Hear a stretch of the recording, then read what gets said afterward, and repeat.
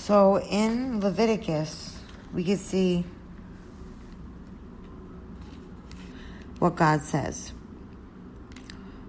about we need to keep the 10 Commandments, but how? The Lord said to Moses, speaks to the Israelites and states to them, these are my appointed festivals, the appointed festivals of the Lord, which you are to proclaim as sacred assembly. The Sabbath. There are 6 days when you may work, but the 7th day is a Sabbath of rest, a day of sacred assembly. You are not to do any work wherever you live. It is the Sabbath to the Lord. The Passover and the festival of unleavened bread. So this is the other one. Offerings of the first fruit. The festival of weeks, which we have Pentecost. The first fruit is resurrection now. Festival of trumpets, Day of Atonement, and festival of Feast of Tabernacles. 7 feasts and 3 times. This was on the back of the 10 Commandments. If you look on Exodus 34, the Lord said to Moses, chisel out 2 stone tablets like the first ones, and I will write on them the words that were on the first tablet, which you broke.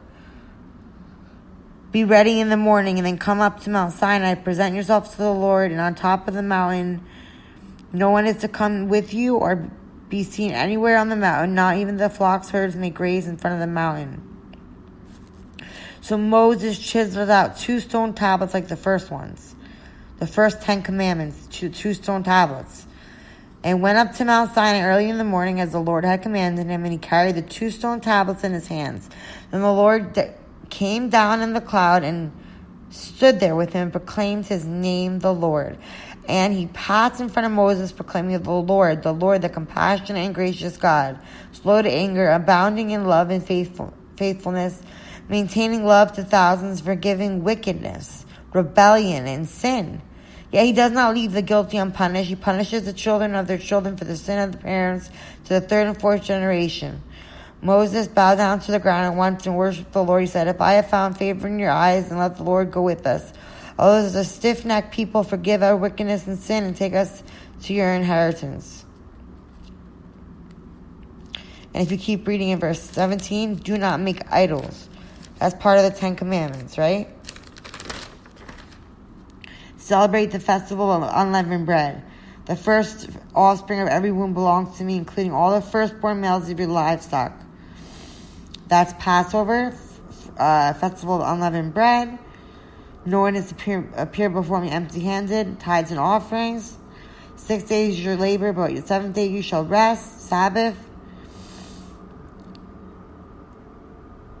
Celebrate the Feast of Weeks with the festival, first fruits of the wheat harvest. So Pentecost and resurrection. Resurrection first fruits now, and then the Feast of Weeks is 49 days after the day after the Sabbath. You count 49 days. So the day after the Sabbath is Sunday plus 49. That's Pentecost. It is the festival of weeks, because it's 49 days plus 1 day. 49 days plus 1 day is 50. So 5 is Penta. So that's Pentecost. And do not offer the blood of a sacrifice to me along with anything containing yeast.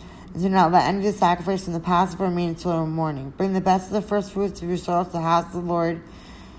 Then the Lord said to Moses, write down these words. For in accordance with these words I have made a covenant with you and with Israel. Moses was there with the Lord 40 days and 40 nights without eating bread or drinking water. And he wrote the tablets, the word of the covenant, the 10 Commandments. Then we learned how to keep the 10 Commandments through the Feast of God. That's how we learn about how to maintain the 10 Commandments.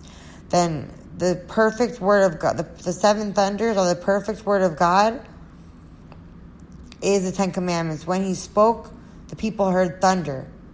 So when God speaks, it represents thunder. Thunder is the voice of God, and this is the perfect voice of God because there's 7 feasts which we are able to fulfill the 10 Commandments, and we can be made perfect.